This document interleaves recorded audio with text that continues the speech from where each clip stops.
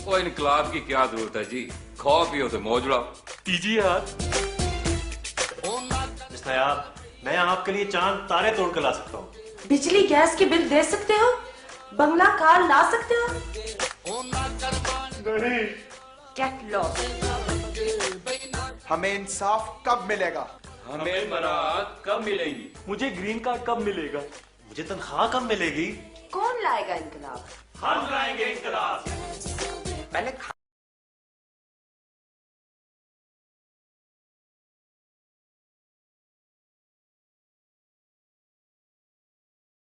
अकबर साहब, लगता है एक दफा फिर अवाम ने अपना गुस्सा मीडिया वालों पर निकाला। हाँ जी, इस दफा तो सही से गुस्सा निकाला है।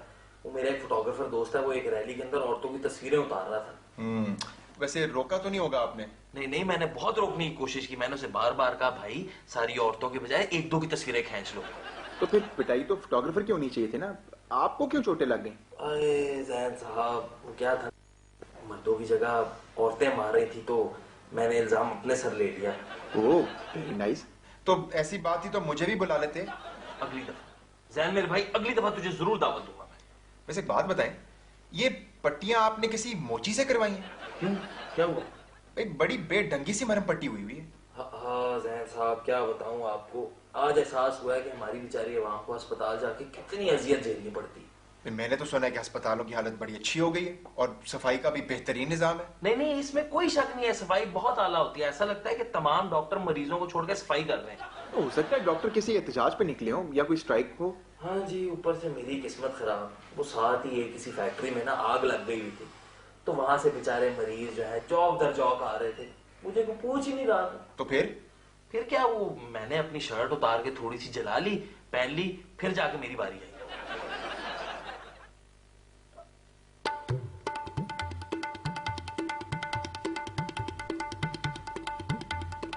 वाओ, नोमी ये हॉस्पिटल चेक किया?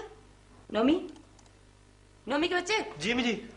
ओह जी मिस नयाब, वाह, किस मुल्क में है ये हॉस्पिटल? इंग्लैंड में, मेरी फ्रेंड के यहाँ बेटा हुआ है। अच्छा, वैसे वो ये काम करने इतनी दूर क्यों गई? स्टूपिड, वो वही रहते हैं। हॉस्पिटल में? बीमार है? नहीं, वो और उसका शोहर इंग्लैंड में रहते हैं। अच्छा अच्छा, वैसे मिस नयाब, अब वक्त आ गया कि हमें भी कोई अच्छा सा हॉस्पिटल तलाश कर लेना चाहिए। क्यों, तुम्हें कोई हादसा पेश आने वाला है या तुम मामू बनने वाले हो? मामू तो आप मुझे बनाए रखती हैं। क्या कहा? मेरा मतलब था मिस नयाब कि मैं कैसे मामू बन सकता हूँ, अभी तो मेरी बहन की दूसरी शादी भी नहीं हुई। व्हाट, दूसरी शादी? हाँ जी, हुआ ये कि उसकी शादी वाले दिन, बारात के दिन, दुल्हा घोड़े से गिर गया, दिमागी सदमा पहुंचा उसे और कोमे में चला गया वो। फिर क्या हुआ? फिर क्या, हमने दुल्हा भाई के सर पे हथौड़े मारे, उन्हें बचपन के गाने याद कराए, ठंडा गर्म पानी मुंह पे फेंका, करंट मारा, गला दबाया उनका, हत्ता कि उन्हें पंजाबी और पश्तो फिल्में भी दिखा दी। और तो और इतना सब करने के बाद तो मुर्दा भी उठ के बैठ जाए। खैर, हमारी तमाम कोशिशों के बाद दुल्हा भाई उठ तो गए, मगर एक पंजाबी गाने लाते हुए उन्हें हार्ट अटैक हो गया। नोमी, जाके सबको पानी और चाय सर्व करो, पेंडू जाहिल लोग। वाह मिस नयाब, आज तो आप कोई लाइन ही नहीं भूली। ना ख्वाजा साहब, आपका मतलब ये है कि हमारे डॉक्टर सरकारी खर्चे पे पढ़ते इधर हैं और काम करने के लिए मुल्क से बाहर चले जाते हैं, और हमारी खवातीन की अक्सरियत जब डॉक्टर बनती है तो शादी करके घर में बैठ जाती है, और इस डॉक्टरों की कमी की वजह से अताई और जाली डॉक्टर दोनों हाथों से आवाम को लूट रहे हैं, और कोई भी पढ़ा लिखा डॉक्टर दूर दराज के इलाके में जाके काम करने के लिए तैयार नहीं है। ये समझते हैं आप? जी। खदशा सा है कि सही समझते हैं? अजीब पाशा साहेब, आप क्या बात कर रहे हैं? हमारे डॉक्टर्स के नखरे तो वीना मलिक से भी ज्यादा हो गए। दीजिए हाथ। ख्वाजा साहब, मैंने कल अखबार में पढ़ा कि एक प्राइवेट अस्पताल में एक मरीज की कामयाब हार्ट सर्जरी कर ली गई, लेकिन जब डिस्चार्ज किया तो फौत हो गया। यकीनन बिल देखकर हुआ होगा हार्ट अटैक। और नहीं ख्वाजा साहब, प्राइवेट अस्पतालों में बिल तो सर्जरी से पहले ही ले लेते हैं, पता नहीं मरीज बचे ना बचे। तो फिर हुआ ये कि जो खूबसूरत सी नर्स उसकी देखभाल कर रही थी, वो अचानक बगैर मेकअप के उसके सामने आ गई। वो बेचारा डर और सदमे से मर गया। वैसे हमारे प्राइवेट अस्पतालों की नर्सेज को देखकर तो आधी बीमारी खुद ब खुद खत्म हो जाती है। दीदी हाथ। और हमारे आम अस्पतालों की नर्स को जब मरीज अचानक होश में आके देखता होगा तो यही समझता होगा कि शायद जहन्नुम में आ गया मरने के बाद। वैसे हमारे प्राइवेट अस्पतालों में तो मरीजों का ऐसे इस्तकबाल किया जाता है जैसे लड़की वाले बारात का करते हैं। दीजिए हाथ। तभी तो बेचारे मरीज को डिस्चार्ज होने से पहले पहले जूता छुपाई और दूध पिलाई जैसी रस्में, मसलन दवाई पिलाई, सर्जरी करवाई, डॉक्टर का विजिट करवाई, डिस्चार्ज करवाई जैसी रस्में भुगतनी पड़ती हैं। और अगर किसी खूबसूरत नर्स की नजरें करम हो जाए तो निकाह करवाई भी भुगतनी पड़ेगी। दीजिए हाथ। वैसे ठीक कहा ख्वाजा साहब आपने। आज का खास मेहमान कौन है? अम्मा ये तो मिस नायाब ही बताएंगी, वो इधर ही आ रही।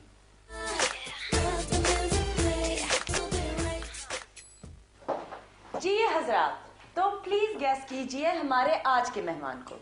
ये वो हैं जिनके बगैर हमारे हॉस्पिटल्स अधूरे हैं। Operation theatre. नहीं, खूबसूरत नर्सों की बात हो रही होगी। मिस नायाब, यकीनन आप लेबर रूम्स की बात कर रही हैं।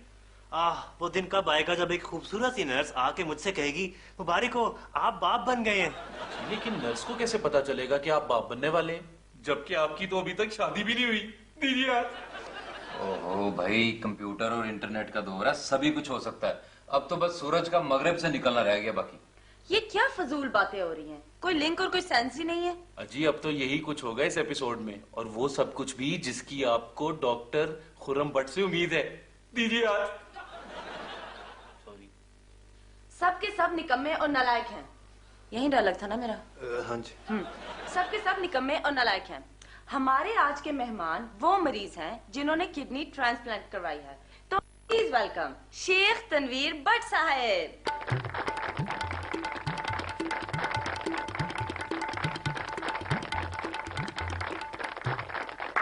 शेख तनवीर भट्ट, ये क्या नाम हुआ? तनवीर साहब, आपकी तबीयत तो ठीक है ना? कहीं पेन तो नहीं हो रही? No, never and none. तो दरअसल मेरे नए गुर्दे की अभी रनिंग पूरी नहीं हुई, तो इसलिए जरा एहतियात बरत रहा हूँ। ओह अच्छा, आप ऐसा करें, ख्वाजा और पाशा साहब के पास तशरीफ रखें। Thank you. ये शेख साहब ने गुर्दा नया डलवाया या इंजन का काम करवाया? तो प्लीज गेस कीजिए आज के दूसरे मेहमान को। ये वो हैं जिनका मरीज शिद्दत से इंतजार करते हैं। मौत का? नहीं, अपनी बारी का अस्पतालों में। फिर वही फजूल बातें। हमारे आज के मेहमान वो डॉक्टर हैं जिन्होंने लंदन से सीएनजी और अमेरिका से एलपीजी की है। तो प्लीज वेलकम डॉक्टर साहेब।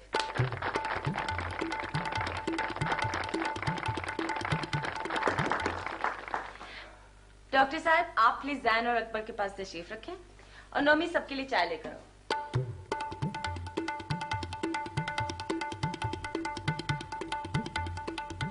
वैसे डॉक्टर बशीरुल हसन लुधियानवी साहब, नाम आपका शायरों वाला है और आप हैं डॉक्टर। जैन साहब, डॉक्टर बनने से पहले मैं शायरी था और अब तक मेरी 4 किताबें शाया हो चुकी हैं। तो डॉक्टर साहब आपने शायरी क्यों छोड़ी? अकबर साहब, अगर आज भी मैं शायर होता तो भूखा मर रहा होता। वैसे ये तो है, हमारे मुल्क में शायरों से ज्यादा टायरों की कदर है। लोग अपनी गाड़ियों में 1-1 लाख रुपए के टायर और अलॉय रिम लगवा लेते हैं, लेकिन शायर की 200 रुपए की किताब खरीदना भी महंगी लगती है। मेरी पहली किताब की पूरी 200 कॉपियां फरोख्त हुई थी और उसमें से 150 तो मैंने खुद खरीदी थी। यानी आपने किताब खुद नहीं लिखी थी बल्कि कॉपी की थी किसी की? जैन साहब, अनपढ़ होना बुरा सही, मगर जाहिल होना जुर्म है। ओहो डॉक्टर साहब, हमारी आजकल की नौजवान नस्ल 21वीं सदी की टेक्नोलॉजी जरूर इस्तेमाल कर सकते हैं, मगर इन लोगों का जहन पत्थरों के दौर का ही है। अकबर साहब आप फिक्र ना करें, ये नौजवान नस्ल है जो इस कौम को जहालत की दलदल से निकालेगी। वैसे जब मैंने साउथ अफ्रीका से वीसीआर किया तो मेरी उम्र सिर्फ 22 साल थी और ये वर्ल्ड रिकॉर्ड था।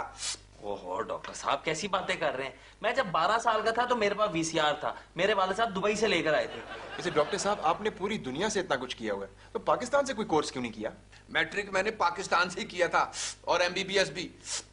डॉक्टर साहब एक बात तो बताएं, आप लोग डॉक्टर जो हैं पाकिस्तान में बनते हैं, लेकिन जब खिदमत की बारी आती है तो आप लोग बाहर दौड़ के चले जाते हैं।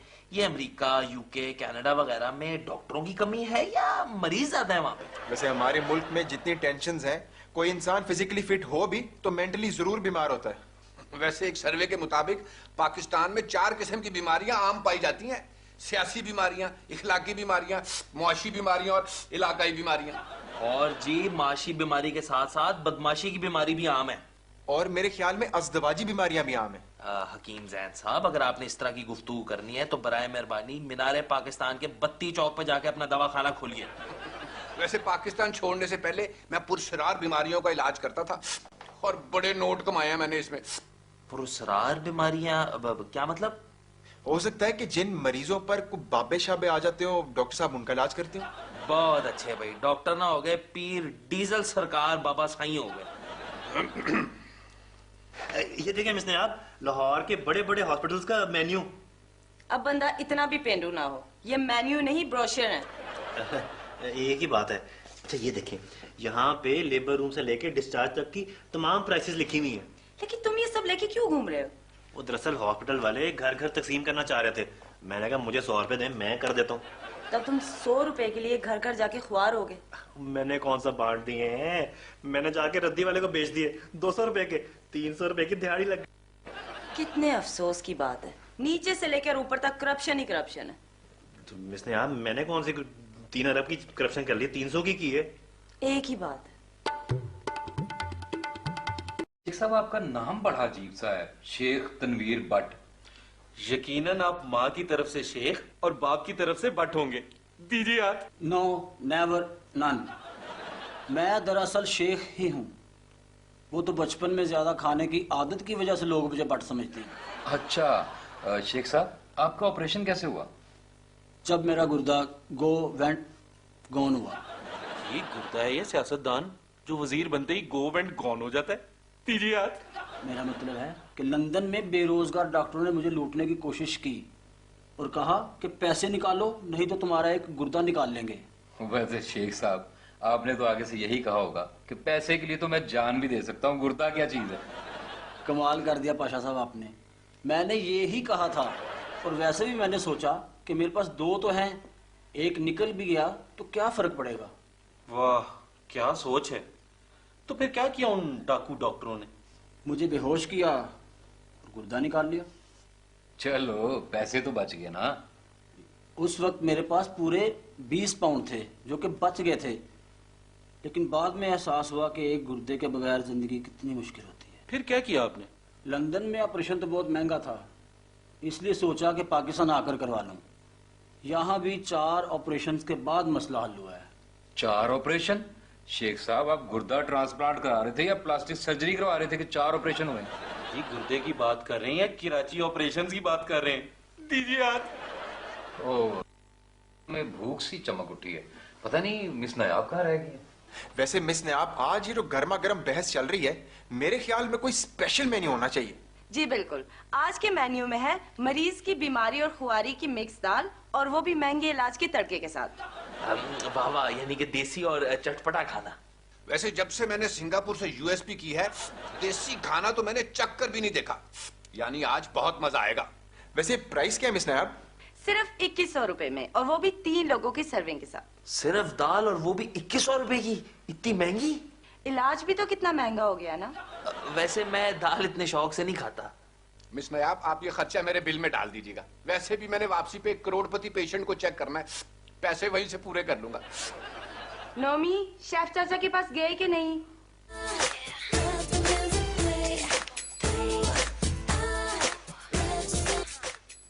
अबे क्या बात कर रही है, गुड्डू बीमार है तो उसको पीर पोलियो वाली सरकार के पास लेके जाना।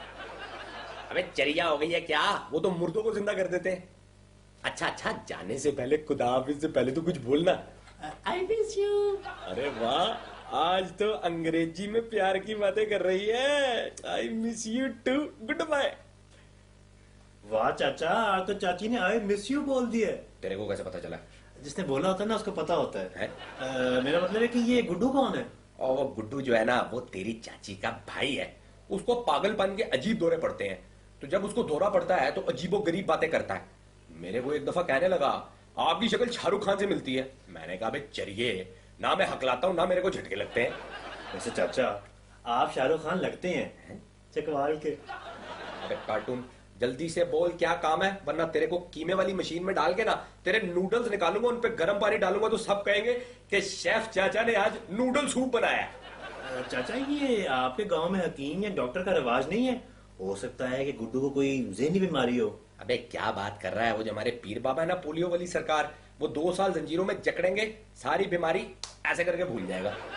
वाकई? हाँ, अपन को भी तो बचपन में ना नींद में चलने की बीमारी थी, अपन उठता था नींद में, चलता चलता कब्रिस्तान जाके ना किसी भी खाली कब्र में लेट जाता था, फिर उठता था तो कोई भी पास गुजरता था तो उसका हार्ट फेल होते रह जाता था। फिर क्या, फिर मेरे को पीर बाबा के पास ले गए, उन्होंने 2 साल जंजीरों में जकड़ के रखा, तो बिल्कुल ठीक हो गया। देख अब बिल्कुल ठीक हूँ। जल्दी से काम बता, नहीं तो तेरे को भी पीर बाबा के पास ले जाऊंगा। नहीं नहीं, शुक्रिया। शुक्रिया, जाना फिर। हाँ शुक्रिया।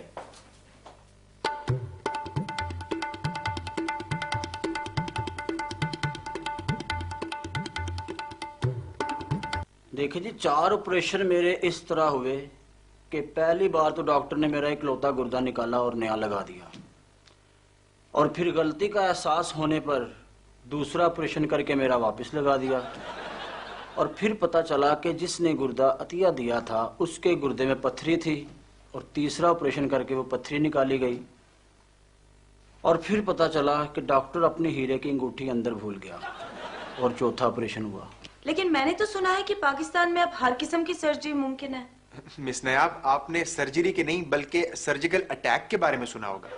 बैड पुअर वर्स्ट, यानी कि पाकिस्तान में कोई बंदा भी जिम्मेदारी कबूल करने को तैयार ही नहीं है। अब ऐसी भी कोई बात नहीं है, जब भी कोई दहशतगर्दी होती है तो कोई ना कोई उसकी जिम्मेदारी कबूल कर लेता है। डॉक्टरी किसी जमाने में इतना मुकद्दस पेशा हुआ करता था, और अब डॉक्टर अस्पतालों में ऐसे काम करते हैं जैसे मजदूर फैक्ट्री में। जरा सी बात इनके खिलाफ हो जाए तो फौरन हड़ताल करके बैठ जाते हैं। वैसे तनवीर साहब, आप होम्योपैथिक इलाज पसंद करते हैं या एलोपैथिक? जो सबसे सस्ता हो। देखिए, अगर आप जवान हैं तो होम्योपैथिक का इलाज करवाना शुरू कर दें, और बूढ़े होने तक तो बीमारी से निजात मिल ही जाएगी, और अगर वक्त कम है तो एलोपैथिक बेहतर है।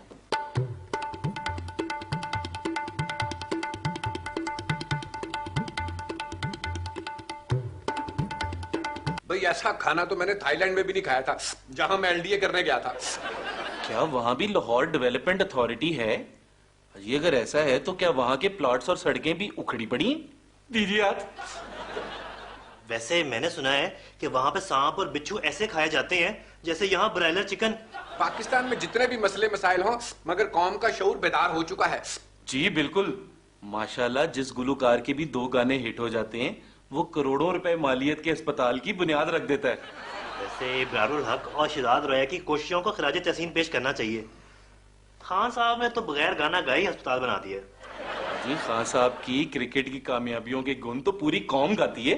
वैसे डॉक्टर साहब, आपका दिल नहीं करता कि दूर दराज के इलाकों में जहाँ सहूलियात मुयसर नहीं है वहां जाकर अवाम की खिदमत करें? नहीं। क्या आपके पास आम अस्पतालों के मसाइल का हल है कोई? नहीं। जाली हकीमों और अताई डॉक्टरों से छुटकारा पाने का हल है कोई आपके पास? नहीं। जी शुक्रिया। वैसे 1 माह बाद मैं सऊदीया जा रहा हूँ। पीडीए करने? एमएमएस करने? यूपीएस करने? यकीनन वीएक्सआर करने जा रहे होंगे। जनाब मैं उम्रा करने जा रहा हूँ। यानी 900 चूहे खाकर बिल्ली हज को चली? दीजिए आप। मेरा ख्याल है कि अलविदा का वक्त आ गया है।